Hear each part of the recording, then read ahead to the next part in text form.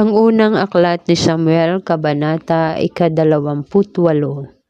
Nang panahong iyon, inihahanda na ng mga Pilisteo ang kanilang hukbong sandatahan upang digmain ang Israel. Sinabi ni Akis kay David, "Inaasahan kong ikaw at ang mga tauhan mo'y sasanib sa aking hukbo." Sumagot si David, "Maaasahan po ninyo. Ngayon ko ipapakita sa inyo kung ano ang magagawa ko." Sinabi ni Akis, "Mabuti kung gayon. Ikaw ang gagawin kong pansariling bantay ko habang buhay." Patay na noon si Samuel at ipinagluksa siya ng buong Israel. Siya ay inilibing nila sa Rama sa kaniyang sariling bayan. Noon ay pinalayas na ni Saul ang mga sumasangguni sa espiritu ng mga namatay na at ang mga manghuhula. Ang mga Pilisteo ay nagkampo sa Sonem at sila Saul naman ay sa Gilboa. Nanginig sa takot si Saul nang makita niyang hukbo ng mga Pilisteo.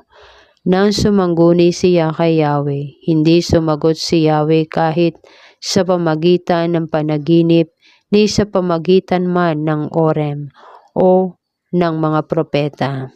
Dahil dito, iniutos niya sa kaniyang mga tagapaglingkod na ihanap siya ng isang babaeng kumakausap sa mga espiritu ng namatay na upang siya ay tanungin. Sinabi naman sa kanya ng kaniyang mga lingkod na mayroong ganoong babae sa Endor. Nagbalat kayo si Saul, isinama ang dalawa niyang tagapaglingkod at sila'y lumakad. Gabi na nang dumating sila sa Endor, sinabi niya sa babae, "Tingnan mo nga kung ano ang magiging kapalaran ko. Kausapin mo ang espiritu ng sinumang sasabihin ko sa iyo." Sinabi sa kanya ng babae, "Hindi mo ba alam na pinalayas na ni Saul sa Israel ang mga sumasangguni sa mga espiritu ng patay at mga manghuhula? Bakit mo inilalagay sa panganib ang aking buhay?" Kaya't nangako si Saul sa pangalan ni Yahweh. Sinabi niya, "Saksi si Yahweh, ang Diyos na buhay, hindi ka paparusahan dahil sa gagawin mong ito." Tinanong ng babae, "Kanino espiritu ang gusto mong tawagin ko?" "Kay Samuel," sagot niya. Nang makita ng babae si Samuel, napasigaw ito. Sinabi niya kay Saul, "Bakit ninyo ako nilinlang? Kayo pala si Haring Saul." Sinabi ni Saul, "Huwag kang matakot. Ano ba ang nakita mo?" "Isang espiritu na lumilitaw mula sa lupa," sagot ng babae. Tinanong ni Saul, "Ano ang hitsura?" "Isa siyang matandang lalaking nakabalabad," sagot ng babae. Natiyak ni Saul na si Samuel ang tinutukoy ng babae, kaya siya ay nagpatira pa at nagbigay galang. Tinanong ni Samuel kay Saul, "Bakit mo ginagambala ang aking pamamahinga?" Sumagot siya, "May malaki akong suliranin. Sinasalakay kami ng mga Pilisteo. Tinalikuran na ako ng Diyos at ayaw na niyang magpahayag sa akin, maging sa mga propeta o sa mga panaginip. Pinatawag nga kita upang itanong kung ano ang dapat kong gawin." Sinabi ni Samuel, "Bakit? Magtatanong ka pa sa aking gayon tinalikuran ka na ni Yahweh at siya'y kaaway mo na? Iyan na ang katuparan ng ipinasabi niya sa iyo.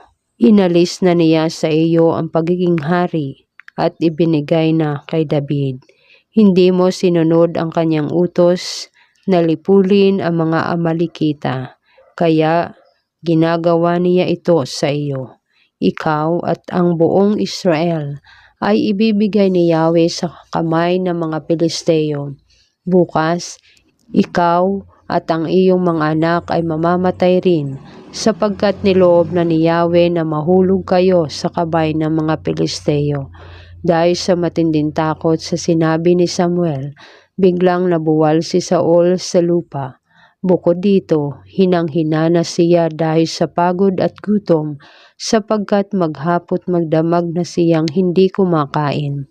Nilapitan siya ng babae at nakita niyang takot na takot si Saul, kaya sinabi niya, Pinagbigyan ko po ang iyong kahilingan kahit alam kong nakataya ang aking buhay. Ngayon po, ako naman ang hihiling sa inyo. Ipaghahanda ko kayo ng pagkain para lumakas kayo at makapagpatuloy sa inyong paglakad. Sumagot si Saul, ayaw kong kumain. Ngunit pinilit siya ng kanyang mga tauhan at ng babae. Pumayag na rin siya at pagkatapos ay naupo sa isang higaan. Ang babae ay may isang pinatabang guya. Dali-dali niya itong kinatay. Nagmasa siya ng harina. Ginawa itong tinapay na walang pampaalsa. Saka inihain kay Saul at sa mga kasamahan nito. Pagkakain, nagmamadali silang umalis. Kabanata 29.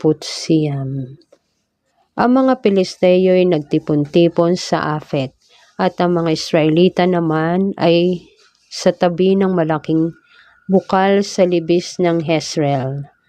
Nang ang mga pinunong Pilisteo ay patungo na sa labanan, kasama ang kani-kanilang pangkat na may daan-daan at may libo-libo. Nakita nila ang pangkat ni David. Ang mga ito ay nasa hulihan at kahanay ng pangkat ni Akis. Tinanong ng mga prinsipeng Pilisteo, sino ang mga Hebreyong ito?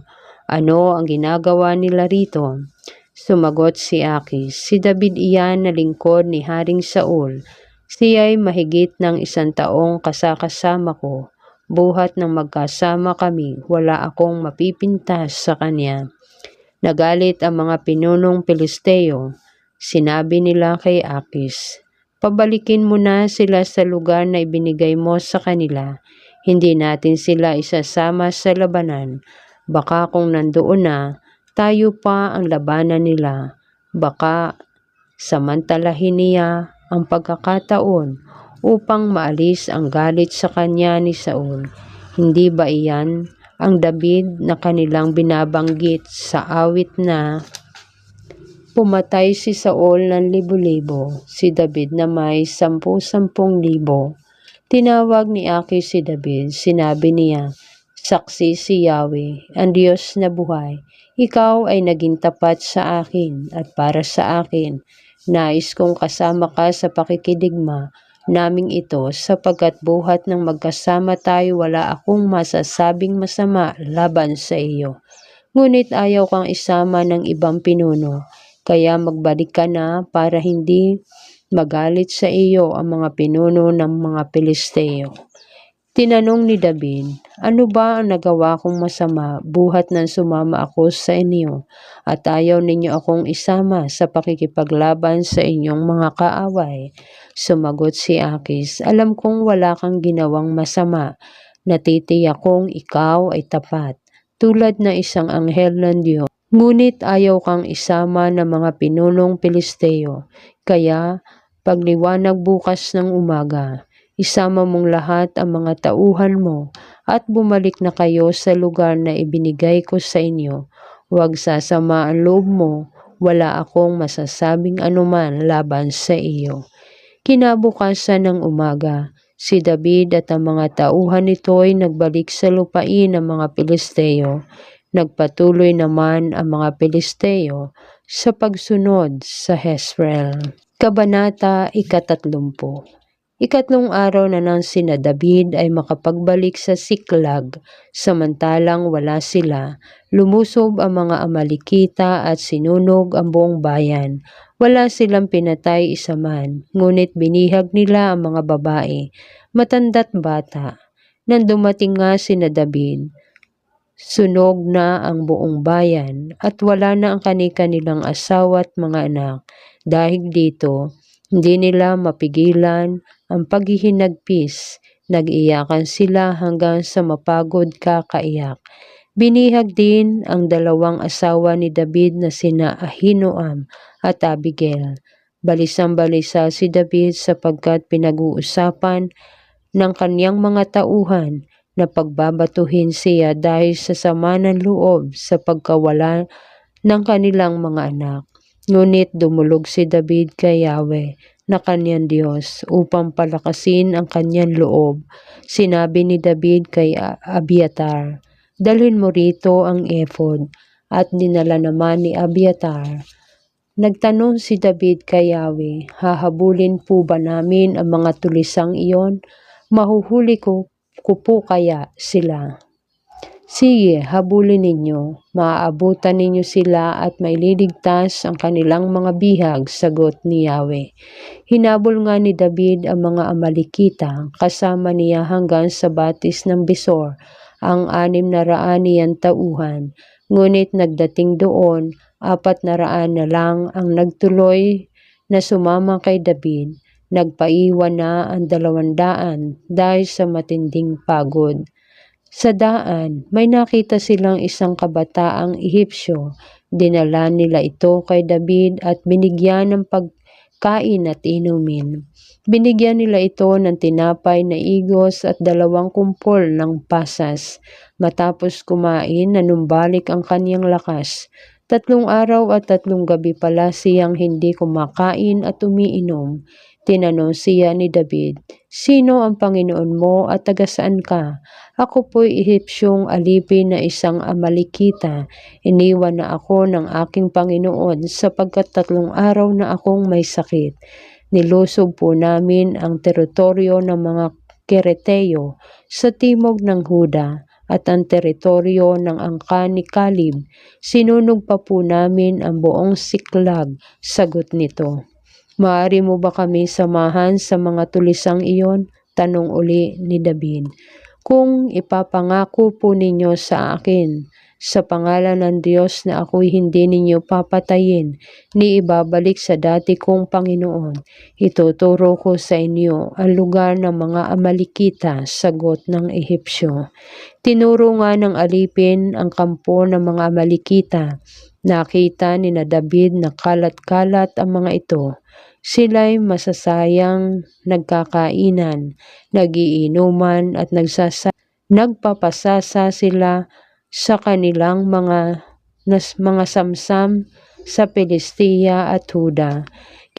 Kinaumagahan, lumusob sina David at pinagpapatay ang mga Amalekita. Hanggang sa gabi, wala silang itinirang buhay maliban sa 400 kabataan na nakatakas na sakay ng kanilang mga kamelyo. Nabawi nila ang lahat ng sinamsam ng mga Amalekita, pati ang 2 asawa ni David. Isa man sa kasamahan nila ay walang nabawas, matanda't bata, maging sa kanilang mga anak. Nabawi nga nilang lahat ang sinamsam na mga Amalekita at sinamsam pa ni David ang mga tupa at mga baka. Ang mga ito'y ipinadala niya sa kaniyang mga tauhan pauwi. Sinabi nila, ito ay samsam ni David. Nang makabalik sina David sa batis ng Besor, sinalubong sila ng 200 tauhan niya na hindi nakasama dahil sa matinding pagod at sila'y kinumusta niya. Sa mga nakasama ni David ay may mga makasarili at mararamot. Sinabi ng mga ito, "Huwag nating bibigyan kahit ano yang hindi sumama sa atin. Ibigay na lang natin sa kanila ang kanilang asawa at mga anak at paalisin na natin sila." Ngunit sinabi ni David, "Hindi tama iyan, mga kapatid. Ang mga bagay na ito ay ipinagkaloob sa atin ni Yahweh. Iniligtas niya tayo at ibinigay niya sa ating mga kamay ang mga kaaway na lumusob sa atin. Kaya pare-pareho ang magiging bahagi ng lahat, maging kasama sa paglusob o naiwan upang magbantay sa ating mga ari-arian." Mula noon, iyon ang naging patakaran ni David sa paghahati ng mga samsam, at ito'y sinunod ng buong Israel. Pagdating ng Siklag, pinadalhan ni David ng bahagi ang mga kaibigan niya at ang mga pinuno ng bayan sa Huda. "Ito ang bahagi ninyo sa mga nasamsam namin sa mga kaaway ni Yahweh." Sabi niya, pinadalhan din niya ang mga taga Betel, Timog Ramat, Hatel, Aroer, Sipmot, Estemoa at Rakal. Gayon din ang mga taga Heramil at Sineo. pati ang mga nasa Horma, Burasan, Atak, Hebron at ang lahat ng lugar na narating ni David at ng kaniyang mga tauhan. Ang huling kabanata ng unang aklat ni Samuel, kabanata ika-31. Dinigma ng mga Pilisteo ang mga Israelita, kaya't ang mga Israelita ay nagsitakas at marami sa kanila ang namatay sa bundok ng Gilboa. Si Saul at ang kanyang mga anak ay inabutan ng mga Pilisteo. Pinatay ng mga Pilisteo sina Jonathan, Abinadab at Melkisoa, ang mga anak ni Saul. Napakatindi ng labanan sa palibot ni Saul, at nang siya'y makita at panain ng mga manunudla, si Saul ay malubhang nasugatan. Kaya sinabi niya sa tagadala ng kanyang gamit pandigma, "Saksakin mo na ako upang hindi na ako abutang buhay ng mga paganong iyon at paglaruan pa nila." Ngunit tumanggi ito sapagkat natatakot siyang gawin ito. Kaya binunot ni Saul ang kanyang espada at sinaksak ang kanyang sarili. Nang makita ng tagapagdala na nagpakamatay si Saul, ganon din ang ginawa nito sa kanyang sarili. Kaya ng araw na iyon, sabay-sabay na namatay sina Saul, ang 3 niyang anak na lalaki, ang kanyang tagadala ng sandata, at ang lahat ng kaniyang mga tauhan. Nang makita ng mga Israelitang nasa kabila ng libis at ng ilog Jordan, na tumakas na ang hukbo ng Israelita, at nang mabalita ang napatay na sina Saul at ang 3 anak nito, nilisan nila ang kanilang mga bayan at tumakas na rin. Kaya nang dumating ang mga Pilisteo, dito na sila nagkuta. Kinabukasan ng puntahan ng mga Pilisteo ang kanilang mga napatay upang samsaman. Natagpuan sila sa bundok ng Gilboa, ang bangkay ni Saul at ang 3 niyang anak. Pinugutan nila ng ulo si Saul at kinuha ang kasuotang pandigma nito.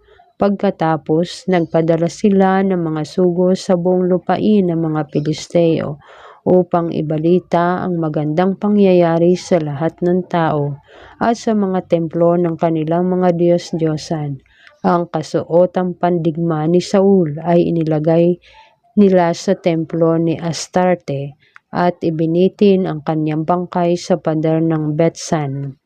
Subalit nabalitaan ng mga taga-Habis Gilead ang ginawa ng mga Pilisteo kay Saul.